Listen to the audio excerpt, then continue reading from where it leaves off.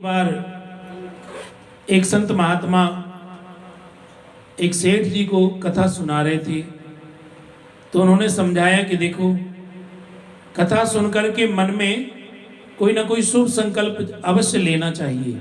कुछ अच्छा करने का, कुछ पुण्य कर्म, दान कर्म करने का, सत्कर्म करने का, कुछ ना कुछ ऐसा संकल्प अच्छा करने का जरूर लेना चाहिए, या कोई बुराई छोड़ने का। महात्मा जी ने कहा कि सेठ जी, आप ऐसा करो, कोई ना कोई बुराई छोड़ दो। ऐसा करो, चलो आप ये जो आपको लक्ष्मी के प्रति इतना मोह है, इस मोह को ही छोड़ दो। सेठ जी बोले कि महाराज वो तो नहीं छूट सकता, क्योंकि जब तक रात में नोटों की गड्डियां ना गिन लूं नींद नहीं आती। तो महात्मा जी ने कहा फिर कुछ और बुराई छोड़ दो, झूठ बोलना छोड़ दो। सेठ जी ने कहा महाराज कैसी बातें करते हो, व्यापार में अगर झूठ नहीं बोलूंगा तो कैसे व्यापार चलेगा। रोजाना 10, 20, 50 बार तो झूठ बोलना ही पड़ता है, तभी तो काम चलता है। ये मुझसे नहीं हो पाएगा। तो महात्मा जी ने कहा कि फिर तुम ही बताओ, तुम क्या शुभ संकल्प करोगे। सेठ जी ने कहा कि मैं तो एक छोटा सा संकल्प कर सकता हूं, अगर आप कहो तो। मेरे घर के आगे एक कुम्हार रहता है जो बर्तन बनाने का काम करता है। मैं ये संकल्प कर लेता हूं कि जब तक उस कुम्हार का मुंह नहीं देख लूंगा, भोजन पानी कुछ भी ग्रहण नहीं करूंगा। व्यास जी ने, महात्मा जी ने कहा ठीक है, चलो भले मानस, कुछ तो संकल्प किया, यही संकल्प कर लो। लेकिन याद रखना, अपने संकल्प पे डटे रहना। बिना कुमार को देखे भोजन भी नहीं, पानी भी मत लेना। सेठ जी ने कहा इसमें कौन सी बड़ी बात है, मेरे घर के सामने ही तो है।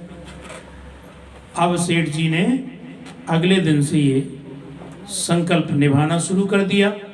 रोजाना सुबह से ही उठ जाए, जैसे सूरज नहीं निकलता सुबह से उठते ही बस कुमार के घर पहुंचते, सांकल खटखटाते, वो दरवाजा खोलता, उसको देखते, भैया प्रणाम, राम राम, और बस अपने घर के काम शुरू। रोजाना का ये नियम हो गया। कुमार की समझ नहीं आया कि क्या बात है। उसने सोचा ऐसी सेठ जी का हृदय बदल गया है, शायद अच्छी वो ऐसे रोज राम राम करते हैं। ऐसे करते करते 1 महीना बीत गया। अब कुम्हार तो बर्तन बनाने का काम करता था। एक दिन अंधेरे में ही 4 बजे कुम्हार मिट्टी खोदने के लिए खेतों में चला गया। अब सेठ जी उठे, दरवाजा खटखटाया तो कुम्हार तो था ही नहीं, किसी और ने दरवाजा खोला। सेठ जी ने पूछा कुम्हार कहाँ है, तो पता चला वो तो खेतों में गए हैं मिट्टी खोदने। तो सेठ जी तुरंत, अब कुम्हार को देखे बिना तो पानी भी नहीं पीना था, तो तुरंत खेतों की तरफ चल दिए। कुम्हार को ढूंढते ढूंढते आखिर ढूंढ ही लिया।